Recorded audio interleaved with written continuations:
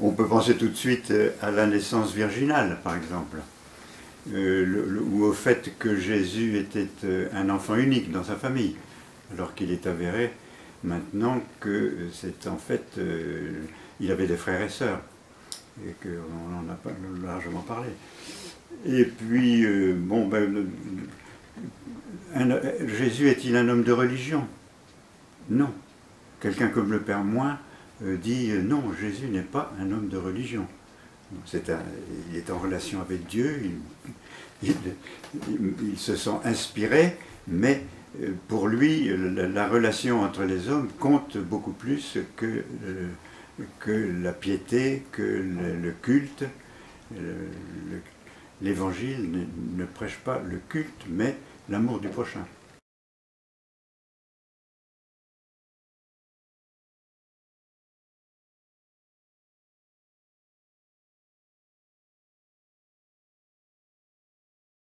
Oui, mais c'est un peu mon expérience personnelle. Hein, depuis, je dirais, presque mon enfance, j'ai toujours été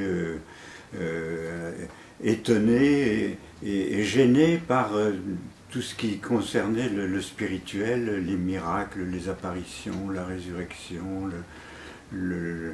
voilà. Et donc, je me suis dit, au fond, Jésus, c'était un homme. Quand on dit que Dieu s'est incarné, il s'est incarné dans un homme, il faut que ce soit bien un homme.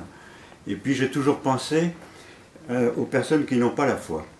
Et je me suis dit, comment peuvent-ils comprendre ça? Qu'est-ce que ça peut signifier? Et donc j'ai toujours pensé que sous tous ces récits de miracles cachaient une réalité qui était beaucoup plus profane, beaucoup plus ordinaire, et qu'on pouvait découvrir certainement Jésus autrement que par des miracles.